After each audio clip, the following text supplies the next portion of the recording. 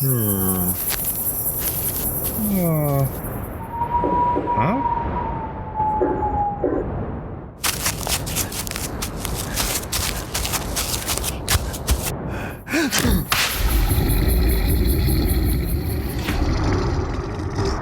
You're listening to Cryptid Clues, featuring your hosts, Taylor Field and Ruben Olson.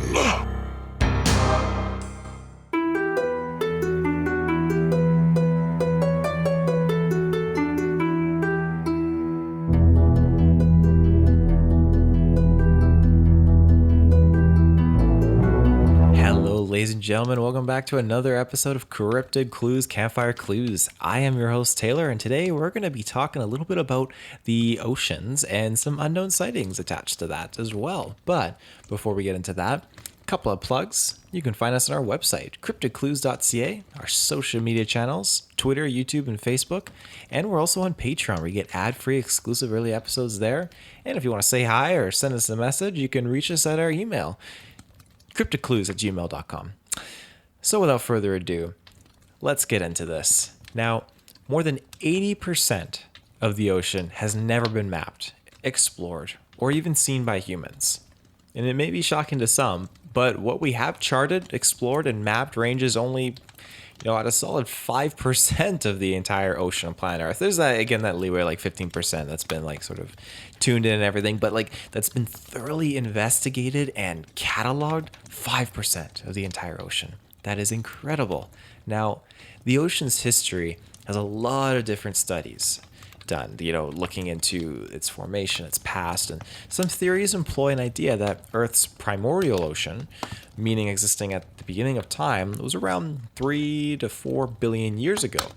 And it may have been up to 2 times larger than what it is today, possibly covering the entire planet with no above water land masses, basically a whole water planet, you could say.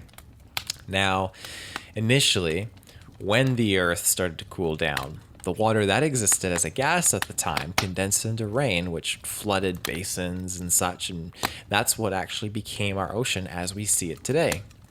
Now, we all know dinosaurs have an incredible existence on this planet, with a 180 million year long reign on this planet.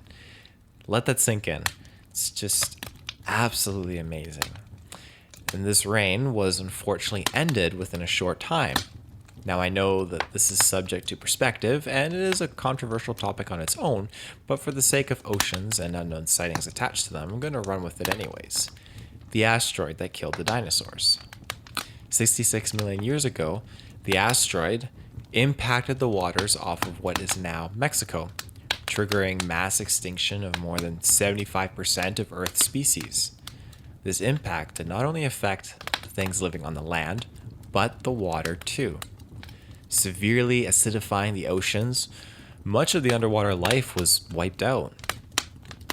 Now, that being said, researchers have actually shown that in the aftermath of the asteroid disaster, some forms of algae and bacteria were actually present and thriving post-impact.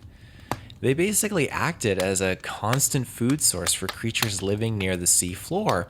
So again, deeper you are, the less of you're still going to be affected, but not as much of an affection as it would be if you're more towards the surface, subject to the acidic rains, or on land. So we know the deeper you go, the crazier it gets. And let's look at the giant squid, for example. We don't know much about them, except for that they like to reside in between about 1,000, 2,000 feet deep. We can also look at sharks. When the asteroid hit, there was a mass extinction of sharks that occurred, but the way that they are composed, you could say, having a lightweight cartilage, this allowed many sharks to conserve energy and swim long distances, and this is the composition of their skeleton. Specifically, frill sharks, highly specialized for living in deep sea and can pretty much chill and maintain their position in water with hardly any effort at all. Frill sharks have lived in the oceans for over 80 million years now, and they are exceedingly rare to see.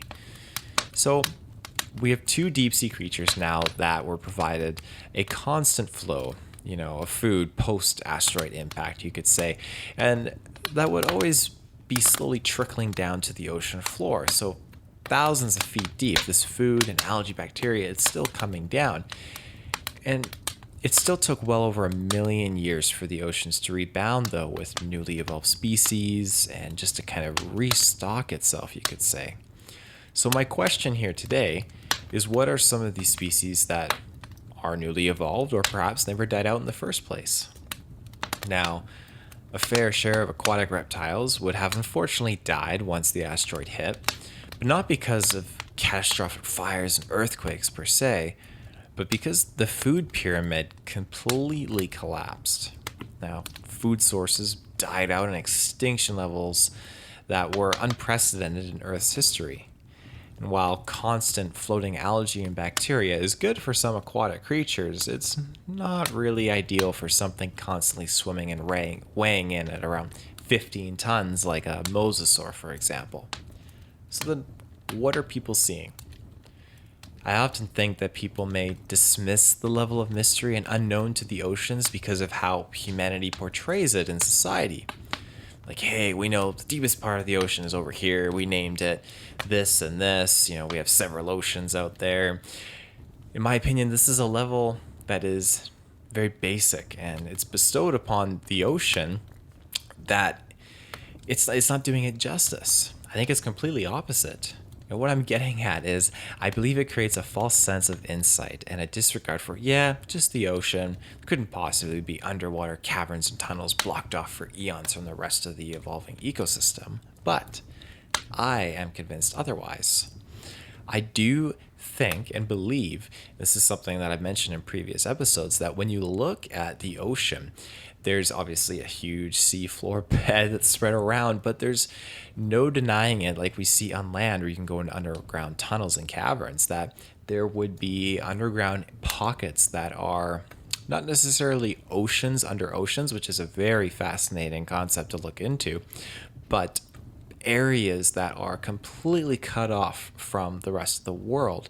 These areas could have housed species that might have been thought to be extinct for large periods of times, and then all of a sudden you have earthquakes, volcanic eruptions, the tectonic plates shifting around all below us right now, and it results in these parts of the earth reopening up, allowing these creatures to reemerge. It's worth saying as well, recently they found similar fossil fragments for plesiosaur remains that could be attributed to freshwater areas. This is very, very recent that they announced this, and this is something that is kind of being used in the research, like, hey, maybe the Loch Ness Monster at one point was able to sustain itself in freshwater areas, not only saltwater like the majority of the bones have been found out there. So it's interesting to see where we're coming from here and finding new evidence to support what maybe is still alive today, but I digress. My ultimate purpose for giving this brief history lesson was to kind of emphasize that throughout all the trials and tribulations that Mother Nature and the universe itself has thrown onto this planet, in the end, things evolve and things survive. Even in the most impossible condition, things thrive. These same things, I do believe, can be credited to countless sightings around the planet of underwater cryptids surfacing every now and again, or simply just being seen underwater via other means like scuba divers or submarines. And I don't limit this just to being plesiosaurs, giant sea serpents, squids, anything like that, but this also works for mermaids as well. And I did an episode of mermaids not too long ago too, which we kind of explore and take a more specific deep dive into the evolutionary aspect and component to that.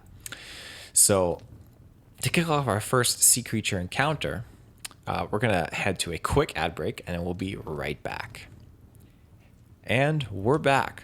So let's head to 1905. This is an article posted on November 11th where two fishermen spotted a sea serpent. And I quote, "The sea serpent has again made its appearance, and at present it is enjoying itself in the boisterous waters of the String, with a tendency to sun itself near Chapencey, quite close to the rocks under Balfour Castle. Last Saturday, two fishermen were working their creels off the douche when the monster suddenly raised itself out of the water at the side of their boat. The visit was so sudden and unexpected that the men cannot give a very particular description of the monster. One of the things they are certain, however, and that is the serpent had an awe-inspiring appearance and was quite different from anything they had ever seen before. The body is described as massive as that of a horse, covered with a scaly surface and spotted. It was the eyes of the monster, however, that attracted most attention. These are said to have been as large as a bull and had a most fascinating attraction for the beholder. After gazing at the occupants of the boat for a second or two, the uncanny visitant gradually sank out of view. Much to the relief of the fishermen, the same men, when fishing near the same place on Wednesday last, had another glimpse of the sea serpent. It is needless to add that the reported visit of the far-famed monster to Chappensay has caused somewhat of a sensation, and arguments are rife and strong as to what it can be. The more superstitiously inclined lean to the belief it is the sea serpent, but more level-headed people are of opinion that it is nothing more than an extra-large seal, attracted to the vicinity by large numbers of silox, which are at present swarming around Elwick Bay. Who knows? Some day, a more than ordinarily plucky fisherman may succeed in laying a drop of salt on the tail of the real sea serpent. Maybe a Chappensay ma'am. There are no more plucky men in Orkney. End quote. Interesting sighting, because a few episodes ago I did a follow-up on Ogopogo sightings, actually. And the eyes, I found that intriguing how they were described in sort of a similar fashion. So, moving on from there, this takes place over a few summers around 1890. At this time, there were a series of creature sightings that came to be known as the Deerness Mermaid. A regular visitor to Newark Bay in Deerness, the mermaid went on to achieve considerable fame, with hundreds of eyewitnesses swearing to the validity of the encounters. From documented reports, it appears the mermaid stayed some distance away from the shore, so exact details are vague. But one account does provide a good description of a sighting, and as you will see, it was a far cry from the archetypal storybook mermaid. It is about 6 to 7 feet in length, has a little black head with neck, a snow-white body, and 2 arms, and in swimming, it just appears like a human being. At times, it will appear to be siding on a sunken rock and will wave and work its hands. Now, mermaids, again, something I did a deep introduction, again, of another episode not too long ago, looking at evolution again and how something like a mermaid could in fact be possible. Now, back in the day, sailors were pretty much like modern day truckers, you could say, always traveling, making stops along the way, and seeing some incredible things too while they're doing their travels. And sure, tales of monsters and sea creatures would run rampant back in the day, but one of my personal favorites is the Kraken. Now, this creature could easily be associated with the giant squids we talked about earlier. Both long considered mythical and associated with Nordic legend, the giant squid itself gained scientific acceptance in the second half of the 19th century once specimens became available to zoologists. And this is a creature that has existed for a very long time and has only been proven to be in existence within the last 2 centuries. It makes me wonder how many of their cryptids this line of thought could actually apply to. But to close out this episode of Sea Monsters, I have one final encounter for you. An unidentified sea serpent was reportedly seen off Vancouver Island in 1791. American fur traders were on a Pacific voyage of the Columbia Rediviva. The sighting, which occurred during a hunting excursion to a cove in Cloyacote Sound, was recorded by the ship's clerk, John Hoskins, in an unpublished narrative of the voyage. It was, in fact, an unidentified member of the crew, and not Hoskins himself, who reportedly saw the animal. Now, I'm going to read off here the actual unpublished narrative, and it's definitely a little tricky in the way it's written. I've read it a few times just to kind of do some practice runs, but bear with me, and I quote, "The 16th, I went out in a canoe, which Captain Kendrick purchased off the natives and made me a present of shooting. I left the ship, Columbia, early with an intention of seeing the village of Okarmina in Clayoquot Sound. It was noon before I arrived at Innistook, before which is a clever snug cove in which there were many geese, ducks, and teal sporting. Here I landed in order to get a shot at them. One of the people that was with me, who also landed in, creeping along the edge of the bush, saw an animal, which I conceived to be an alligator. The man was so agitated as not to be able to give any description of what he had seen than that it was a huge animal, very long, with a large mouth and teeth, the neck about as thick as his thigh, and so tapered of to the tail, with a black back and light yellow belly. I immediately repaired to the place where this animal had been seen, but could not get a sight of him from the circumstance. I was induced to think it was only a burnt log, of which there are many about here, which the man's imagination had formed into a most frightful monster.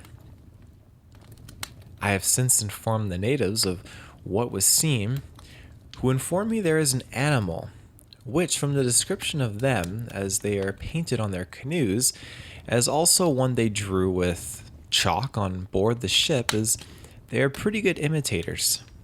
Can't be far from the thing, and are very different from alligators found in the southern parts of our side of America. These having a long, sharp head, something like a hound, with a good set of teeth. The rest of the body, in every other respect, like a serpent. It is called by the natives a hyclec, and by them much reverenced. They tell me this animal is very scarce and seldom. To be seen living principally in the woods. They offered me 20 skins if I would procure them one, for they have such a superstitious idea that if they should have but the least piece of this animal in their boat, they are sure to kill a whale, which among them is deemed one of the greatest honors. Indeed, a piece of this magic animal ensures success at all times and on all occasions." End quote. This is one of the first recorded sea serpent sightings from the coast of British Columbia. And this sighting is considered to be one of the earliest possible observations of a Cadborosaurus wilsey. This term is given to sea serpents reportedly in the Salish Sea and the Pacific Ocean coast of Vancouver Island, in Western Canada. Many European sightings actually began in the late 19th century around Vancouver and Seattle, with some actually still occurring as recently as in 2019. And you can definitely look up photos of the Cadborosaurus as well if you're interested. But it's truly fascinating how in-depth this rabbit hole goes when it comes to sea creatures and sea serpents and monsters. This is, again, just one of those tips of the icebergs where the sightings are so prominent and consistent. Something that has been occurring from centuries and centuries ago is so prominent and consistent in today's age. And I wish I could say that we've been exploring more and more of the oceans, but it just seems like that 5% that we've explored thoroughly, we kind of stick to it and we keep exploring it. Like, why are we not fully immersing ourselves in other parts of the water? Now, humans tampering in certain ecosystems, I'm definitely against that. I don't think we should be sauntering off and touching it down into different areas. But that being said, I do believe there's ways that we can observe and not have to engage. Maybe the prime directive route, you could say, from Star Trek, where we can immerse ourselves without interfering with the natural order of things, because there is so much more that we need to learn about our oceans. And we already have talks about going to other planets and drilling through their layers of ice on the surface just to get into their oceans and see what's kicking around. But I mean, we haven't finished going through our oceans, so what's the deal here? I think that there is a lot of things that are hidden down there, and we have evidence to support that. evidence that's still being discovered today. They find new species all the time of underwater wildlife. So it's a matter of time before we find something really, really big.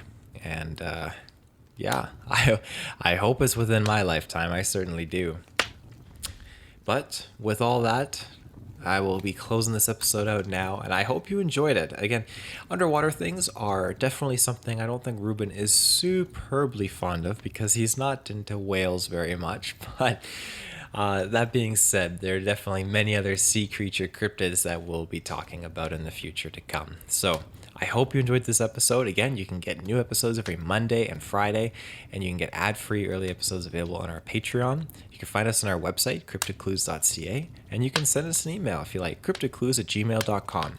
We're very, very excited because we got some cool things in store for the future here, and our next episode dropping on Monday is our 50th episode special, where me and Ruben will be diving into a little bit of trivia, and then Ruben's going to share a cool new trajectory for what we're going to be doing with one of our shows for Cryptid Clues. So definitely stay tuned for that. But without further ado, that is everything. So I hope you enjoyed this episode. Take care and stay safe.